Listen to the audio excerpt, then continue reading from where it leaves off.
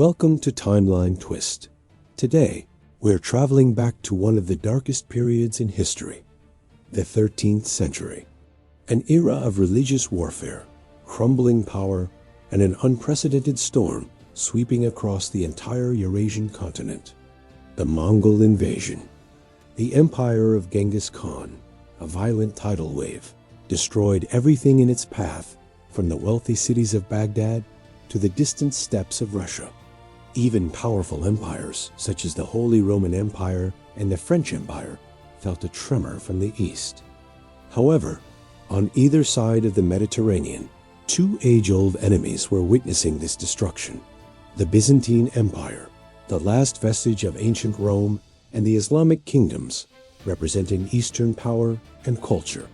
They had fought each other for centuries, vying for land and control of holy cities. But in a brief moment in history, they shared a common enemy, an enemy that neither could defeat alone. And this is our question today. What if Byzantium and Mamluk Egypt, two age-old enemies, had put aside their differences and forged an alliance against the Mongols? To understand the impact of such an alliance, we must rewind a bit. By 1260, the Mongols had shattered the Islamic world. They had sacked Baghdad, extinguished the Abbasid Caliphate, and unleashed a wave of terror across Syria and Palestine. At that time, the Muslims had only one remaining stronghold, the Mamluk Sultanate in Egypt, led by Sultan Baybars, a great general. At the same time, the Byzantine Empire was in a state of decline. Constantinople, their capital, had been sacked by the Crusaders in 1204, and they had only recently recaptured it in 1261, but it was a mere shadow of its former glory. Emperor Michael VIII Palaiologos, who restored the empire, was desperately seeking allies and resources to protect his realm. And this is where our history diverges. Suppose, in a moment of strategic clarity, Baybars and Michael VIII recognized that their common enemy, the Mongols, posed a far greater threat than each other. They dispatched envoys to meet, not to negotiate peace, but to forge a strategic pact. Such an alliance would have changed everything. Firstly, we would see a significant difference in the Battle of Ain Jalut in 1260. In our actual timeline, the Mamluk forces faced the Mongols alone and achieved victory. It was a miraculous triumph, one of the most important battles in Islamic history. But in this alternative timeline, Baybars did not fight alone. He had the support of a Byzantine force.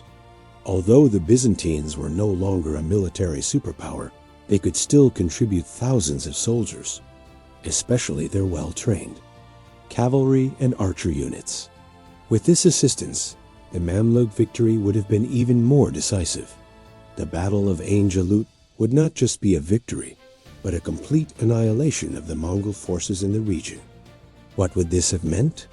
Firstly, it would have created a much larger and safer buffer zone between the Mongol Empire and the Mediterranean states. Subsequent Mongol incursions into Syria and Palestine would have been completely thwarted. Secondly, and this is where it gets interesting, this alliance would have had long-lasting political and cultural consequences. Both Baybars and Michael VIII were shrewd strategists. They would not have missed this opportunity. The military alliance would likely have led to trade agreements. Byzantium would need wheat from Egypt, while the Mamluks would need timber, metals, and luxury goods from Constantinople. This economic relationship would gradually evolve into a cultural exchange. Byzantine architects might have been invited to Cairo to build mosques and fortresses. Islamic scholars might have disseminated knowledge of mathematics, astronomy, and medicine to Constantinople. This might have sparked an earlier Renaissance in the Mediterranean, a fusion of Greco-Roman and Islamic culture. Instead of centuries of conflict, these two civilizations might have learned from each other, grown together, and created a synergistic power. However, not everything would have been rosy. Such an alliance would have faced numerous challenges. For the Byzantine aristocracy, cooperating with infidel Muslims would have been taboo. Similarly, conservative Islamic scholars would have struggled to accept such a relationship. And most importantly, the Mongol threat would not have lasted forever. After the Mongol Empire weakened, this alliance might have dissolved. The old rivalry between Christianity and Islam would likely have resurfaced, and perhaps this brief cooperation would have been just an intermission in a long-standing conflict. But even if it only lasted for a few decades, this cooperation would have reshaped history. Byzantium might have been strengthened and not fallen as swiftly to the Ottoman Empire.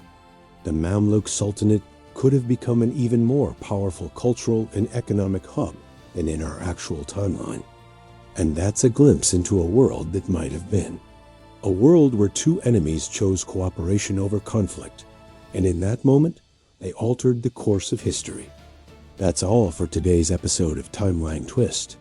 If you enjoyed the concept, leave a comment and let us know which historical question you'd like us to explore next. See you next time.